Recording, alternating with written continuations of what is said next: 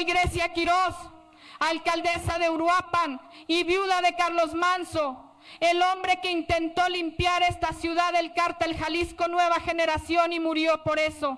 Lo que voy a contar no aparecerá en ningún informe oficial ni en ninguna conferencia de prensa decorada con palabras bonitas. Es la verdad más brutal y dolorosa que he tenido que enfrentar desde que asesinaron a mi esposo. Los hombres encargados de protegerlo, los 7 escoltas que juraron dar su vida por él, lo traicionaron. Lo vendieron al CJNG por dinero. Confirmaron su ubicación, reportaron sus movimientos, se hicieron a un lado cuando llegó el momento del ataque. Durante meses sospeché que algo no cuadraba. 7 hombres armados presentes y ninguno disparó, ninguno reaccionó, ninguno salvó a Carlos, hasta que el secretario de Seguridad, Omar García Harfuch, me mostró las pruebas, mensajes de texto, transferencias bancarias, grabaciones telefónicas, la traición documentada en cada píxel. Esto es lo que descubrimos. Esto es lo que hicimos con ellos. Llegué a las instalaciones de la Secretaría de Seguridad cuando todavía no amanecía. Harfuch me esperaba en una sala de análisis forense rodeado de pantallas que mostraban capturas de mensajes de texto, transferencias bancarias y fotografías de vigilancia. No perdió tiempo en preámbulos, me mostró todo de golpe como si fuera necesario que yo viera la traición en toda su magnitud para poder procesarla. Los 7 escoltas que acompañaban a Carlos el día de su asesinato habían estado en comunicación constante con operadores del CJNG durante semanas antes del ataque. Los mensajes recuperados de sus teléfonos mediante intervención de inteligencia cibernética eran explícitos y brutales. Reportaban los movimientos de Carlos, confirmaban sus rutas diarias, informaban sobre cambios en su agenda, coordinaban los momentos exactos en que estaría más vulnerable. En uno de los mensajes, un escolta, identificado como Sergio, le escribía a un contacto del cártel: el alcalde sale de la junta a las 3, va solo en el coche gris, es el momento. La respuesta del contacto había sido: manténganse lejos cuando pase, no queremos testigos que compliquen. Harfuch me explicó que la investigación había comenzado meses atrás, cuando analistas de inteligencia detectaron inconsistencias en los testimonios que los escoltas habían dado después del asesinato. Todos coincidían en detalles demasiado perfectos, como si hubieran ensayado sus versiones antes de declarar ante el Ministerio Público. Decían que el atacante había aparecido de la nada, que todo había sucedido en segundos, que no habían tenido tiempo de reaccionar, pero las cámaras de seguridad de la zona mostraban otra cosa. Mostraban a los escoltas separándose deliberadamente de Carlos minutos antes del ataque, creando un perímetro de distancia que dejaba al alcalde completamente expuesto.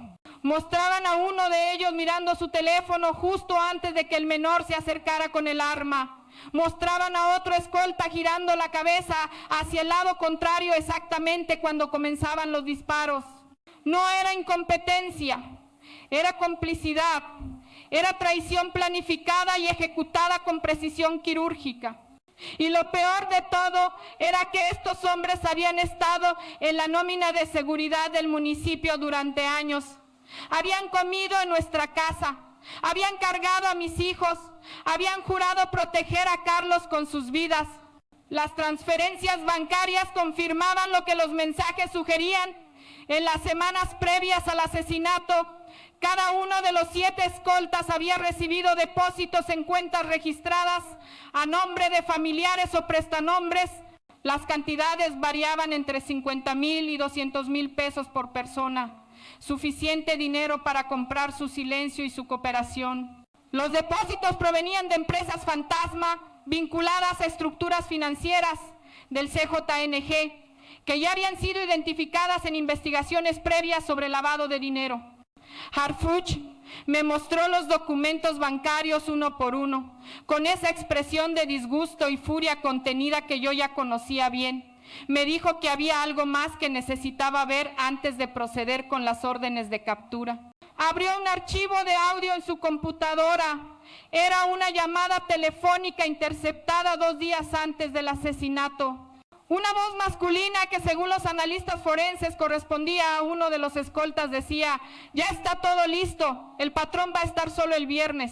Nosotros nos hacemos pendejos y el morro hace su trabajo. Después nos pagan y nos largamos a Jalisco. La voz del otro lado respondía: si algo sale mal, ustedes son los primeros que caen. La grabación terminaba ahí. Le pregunté a Harfuch por qué había esperado tanto para decirme esto.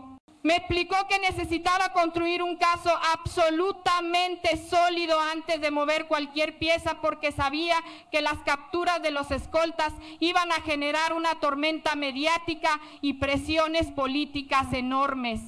Los abogados del CJNG iban a argumentar que las pruebas habían sido fabricadas, que los testimonios estaban viciados, que todo era una persecución política contra personas inocentes. Necesitaba evidencia irrefutable que resistiera cualquier impugnación legal. Ahora la tenía. Me preguntó si yo quería estar presente durante las capturas. Le respondí que no solo quería estar presente, sino que iba a exigir públicamente que estos traidores fueran procesados con todo el peso de la ley, sin acuerdos bajo la mesa, ni reducciones de pena a cambio de testimonios. Me miró con esa mezcla de respeto y preocupación que había aprendido a reconocer.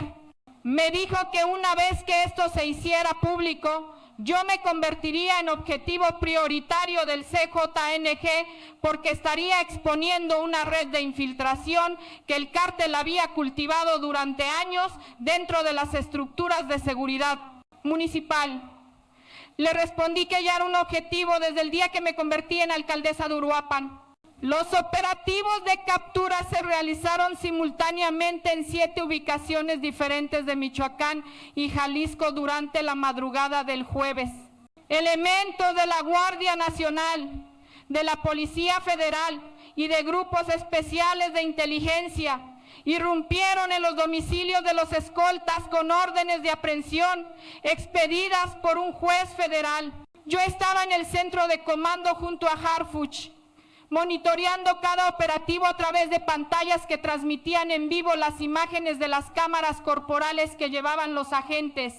5 de los 7 escoltas fueron detenidos sin resistencia, todavía en pijama o ropa de dormir, con expresiones de sorpresa que rápidamente se transformaron en miedo cuando les leyeron los cargos. Homicidio agravado en grado de complicidad, traición a la confianza pública, asociación delictuosa con miembros del crimen organizado. Los otros 2 intentaron huir. Uno fue interceptado en la carretera federal mientras intentaba llegar a Guadalajara. El otro se atrincheró en su casa y disparó contra los agentes durante casi 20 minutos antes de rendirse, cuando se le agotaron las municiones. Nadie resultó herido, pero el mensaje era claro. Estos hombres sabían que lo que les esperaba era una condena larga y no tenían nada que perder. Cuando trajeron a los detenidos a las instalaciones del Ministerio Público Federal, yo estaba esperando en el estacionamiento. Quería verles las caras cuando bajaran de las patrullas esposados y uniformados con los overoles naranja que usan los presos federales. El primero en bajar fue Sergio, el mismo que, según los mensajes interceptados, había confirmado la ubicación de Carlos momentos antes del ataque. Me vio y apartó la mirada como un perro apaleado. Le grité: ¿por cuánto vendiste a mi esposo Sergio? ¿Por cuánto vendiste al hombre que confiaba en ti? No respondió. Los agentes lo empujaron hacia adelante. Uno por uno fueron bajando los otros 6. Algunos me miraban con odio, otros con vergüenza. Uno incluso intentó decir algo, pero un agente le tapó la boca antes de que pudiera articular palabra. Harfuch se acercó a mí y me puso una mano en el hombro. Me dijo en voz baja: ahora viene lo más difícil, conseguir que declaren quién más estaba involucrado. Yo sabía a qué se refería. Los escoltas eran piezas intermedias en una cadena de complicidades que seguramente llegaba hasta niveles más altos del gobierno municipal y estatal. Alguien los había reclutado, alguien había facilitado el contacto con el CJNG, alguien había garantizado que no habría consecuencias si cumplían con su parte del trato. Los interrogatorios comenzaron esa misma noche. Yo no pude estar presente durante las sesiones porque los abogados defensores argumentaron que mi presencia como parte interesada podía viciar los testimonios. Pero Harfuch me mantenía informada cada hora con actualizaciones que llegaban a mi teléfono en forma de mensajes cifrados. El primero en quebrar fue el escolta que había intentado atrincherarse en su casa. Se llamaba Roberto y tenía 26 años. Según su declaración ministerial, él había sido reclutado por un comandante de la Policía Municipal de Uruapan que trabajaba directamente para el RUNO. El operador regional del CJNG, que ya estaba preso por ordenar el asesinato de Carlos, el comandante le había dicho que el que operaba a su familia iba a pagar las consecuencias. Le había mostrado fotografías de su esposa saliendo del supermercado, de sus hijos jugando en el parque, de su madre entrando a misa los domingos. Roberto entendió el mensaje, aceptó el dinero y siguió las instrucciones. El día del asesinato, él había sido el encargado de confirmar por mensaje de texto que Carlos estaba en el lugar correcto y que los otros escoltas estaban posicionados lejos del alcalde para no interferir con el ataque. La declaración de Roberto abrió una caja de Pandora que reveló una red de corrupción mucho más extensa de lo que habíamos imaginado. No eran solo 7 escoltas traidores, sino un sistema completo de infiltración del CJNG dentro de las estructuras de seguridad municipal. El comandante que había reclutado a Roberto también había cooptado a otros agentes en diferentes áreas. Policías de tránsito que reportaban los movimientos de funcionarios públicos. Ministeriales que filtraban información sobre investigaciones en curso. Custodios de prisiones que facilitaban comunicaciones entre internos y operadores del cártel en el exterior. Harfuch me explicó que esto era exactamente lo que hacía tan difícil combatir al crimen organizado en México. No se trataba solo de capturar criminales, sino de limpiar instituciones completamente podridas, donde la lealtad se compraba con dinero o se imponía con amenazas. Me preguntó si yo estaba preparada para lo que vendría después, porque una vez que esto se hiciera público, las presiones políticas iban a ser brutales. Funcionarios municipales y estatales iban a intentar deslindar responsabilidades, argumentar que ellos no sabían nada, a culpar a sus subordinados para salvar sus propios cargos. Le respondí que yo no iba a proteger a nadie que hubiera permitido conscientemente que mi esposo fuera asesinado. La conferencia de prensa se realizó 2 días después en el auditorio de la Secretaría de Seguridad. Yo estaba de pie junto a Harfuch, frente a una sala llena de periodistas que disparaban preguntas antes incluso de que comenzáramos a hablar. Harfuch presentó las pruebas con su habitual precisión. Los mensajes de texto recuperados, las transferencias bancarias, las grabaciones de llamadas telefónicas, los testimonios de los detenidos.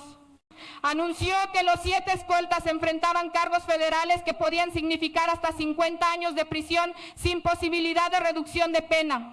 Anunció también que se habían girado órdenes de aprehensión contra el comandante de policía municipal que los había reclutado y contra otros funcionarios que estaban siendo investigados por su posible participación en la red de corrupción. Cuando llegó mi turno de hablar, no leí ningún discurso preparado. Miré directamente a las cámaras y dije que mi esposo había sido asesinado, no solo por un menor manipulado por el CJNG, sino por un sistema completo de traición que permitía que criminales operaran con impunidad dentro de las mismas. Instituciones que debían proteger a los ciudadanos. Dije que no iba a descansar hasta que cada persona involucrada en su muerte estuviera tras las rejas y que cualquier funcionario público que estuviera colaborando con el crimen organizado debía saber que sus días de impunidad habían terminado. Las reacciones fueron inmediatas y predecibles. Algunos medios me acusaron de politizar la tragedia, de usar mi posición como alcaldesa para buscar venganza personal en lugar de justicia institucional. Políticos locales salieron a declarar que mis acusaciones eran infundadas, que yo estaba difamando a servidores públicos honestos sin tener pruebas sólidas. El Sindicato de Policías Municipales emitió un comunicado donde exigían mi renuncia por atentar contra la dignidad de los cuerpos de seguridad, pero también hubo voces de apoyo. Organizaciones de víctimas del crimen organizado se pronunciaron a mi favor. Familiares de otros funcionarios asesinados se acercaron para contarme historias similares de escoltas que habían fallado misteriosamente en momentos críticos.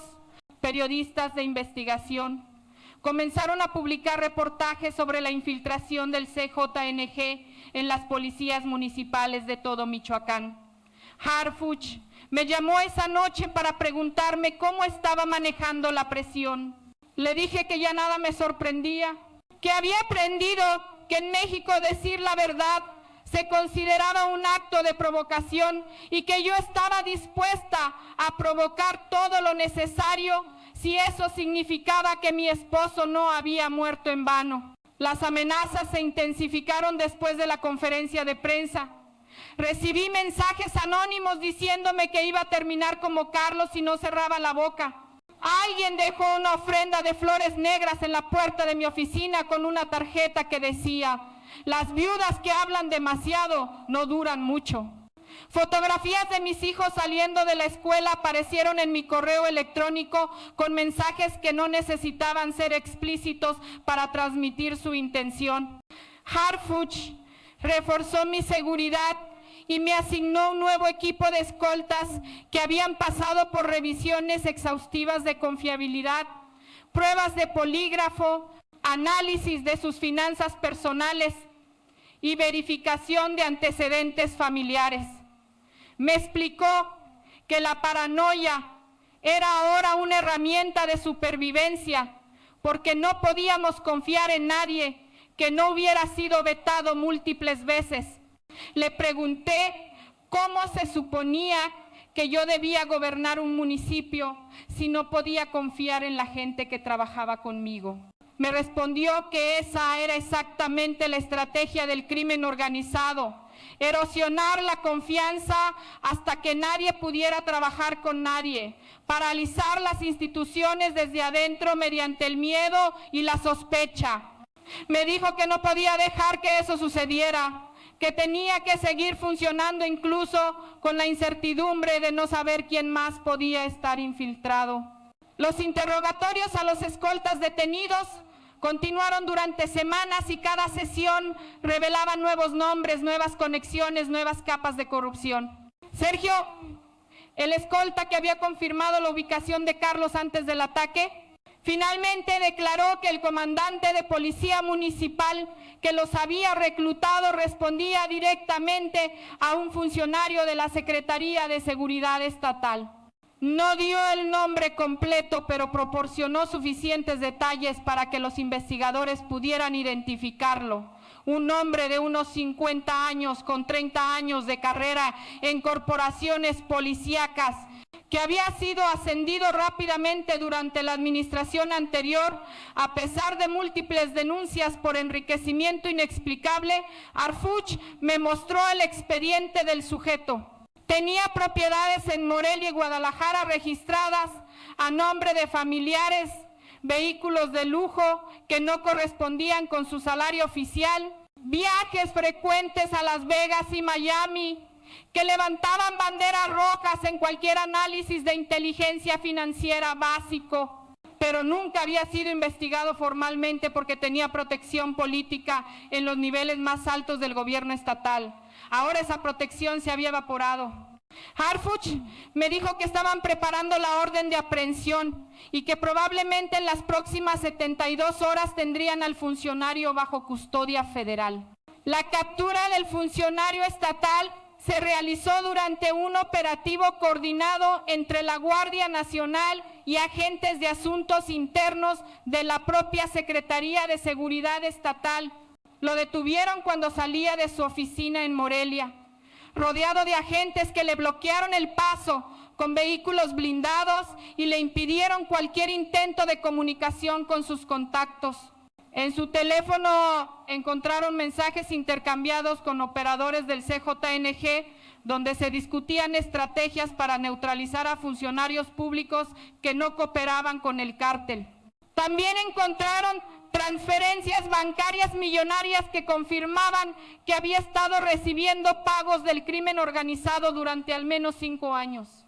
Su abogado intentó argumentar que todo era un montaje político, pero la evidencia era tan abrumadora que el juez negó cualquier posibilidad de libertad bajo fianza. Cuando Harfuch me llamó para informarme de la captura, yo estaba en una reunión con el Cabildo Municipal.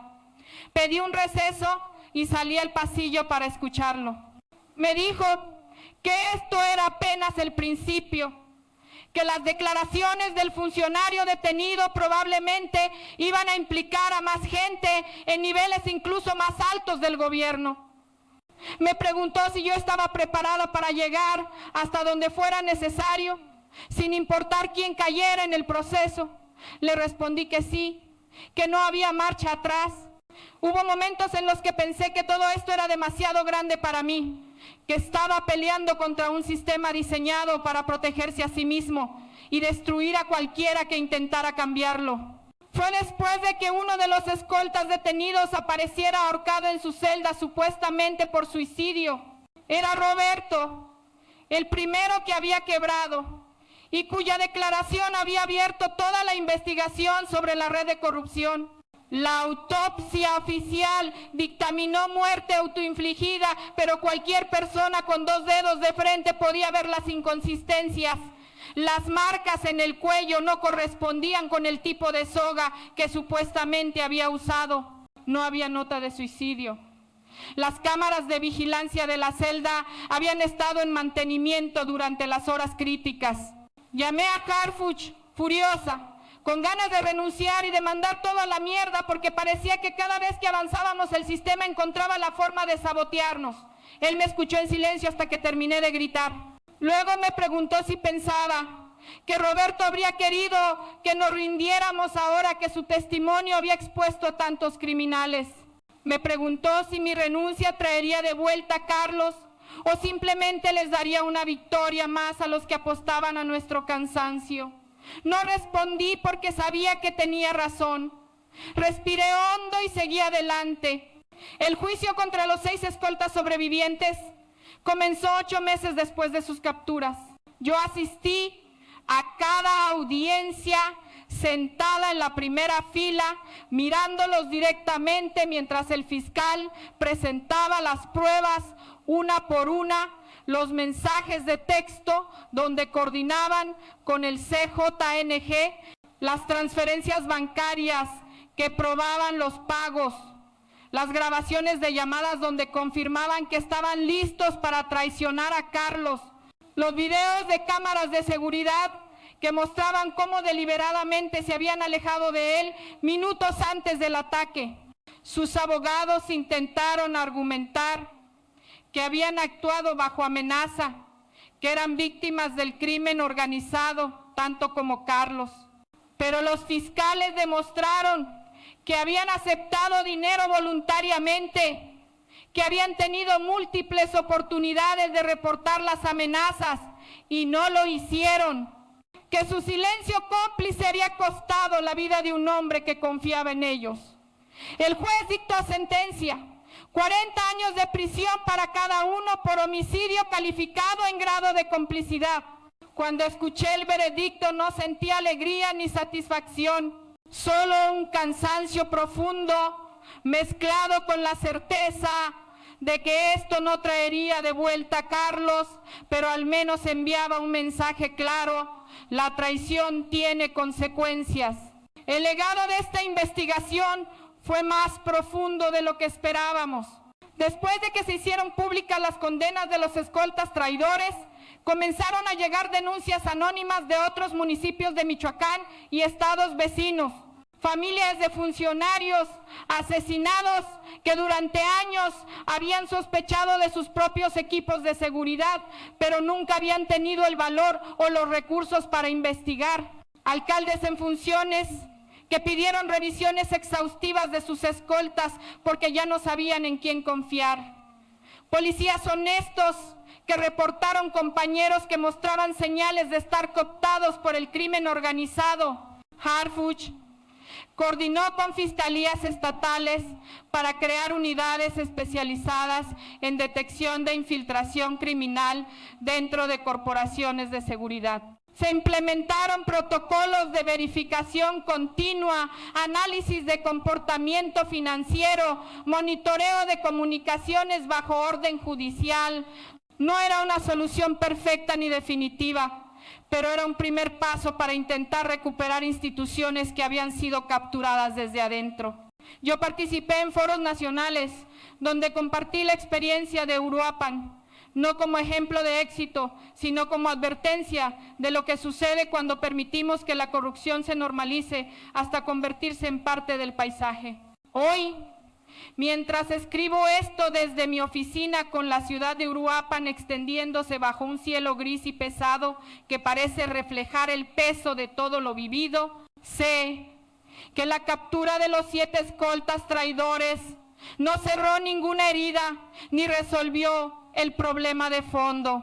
El CJNG sigue operando en Michoacán, sigue infiltrando instituciones, sigue comprando lealtades con dinero o imponiéndolas con terror. Pero también sé que logramos algo que parecía imposible. Demostramos que los traidores pueden ser identificados, capturados y juzgados. Que la impunidad no es inevitable si existe voluntad política y coordinación institucional. Harfuch sigue en su batalla diaria, enfrentando nuevas amenazas y nuevos casos que exigen el mismo nivel de compromiso. Yo sigo en la mía, reconstruyendo un cuerpo de seguridad municipal donde la confianza fue dinamitada desde adentro, implementando protocolos de verificación de confiabilidad, trabajando con las familias de las víctimas para que sus voces sean escuchadas. No soy heroína, soy simplemente una viuda que decidió que la muerte de su esposo no quedaría impune y que el silencio cómplice era más peligroso que la verdad incómoda. Esta guerra no ha terminado y probablemente nunca terminará.